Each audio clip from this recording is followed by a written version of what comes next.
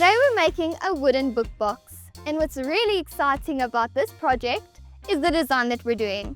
The pattern is made in such a way that it actually makes the wood flexible, which we don't usually see. So instead of just a flat piece of wood, we'll be able to bend it. Now I want to try this. I've never done it before, so let me show you the designing process and the settings I used. Follow me. So here's my design in CorelDRAW. I've placed my guidelines just so I can adjust the text to align straight with the wooden book box. And if you want to know how to snap your objects to a guideline, just go to View, Snap to, and select Guidelines.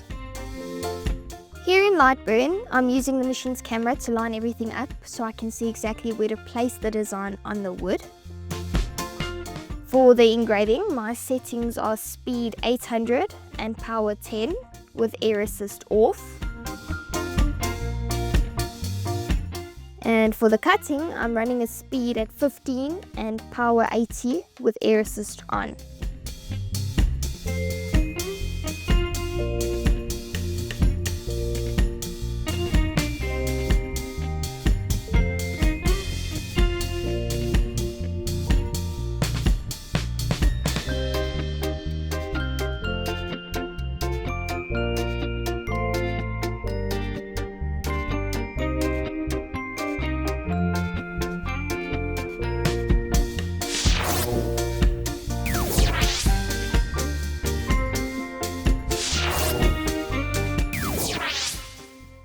And here it is, the finished book box.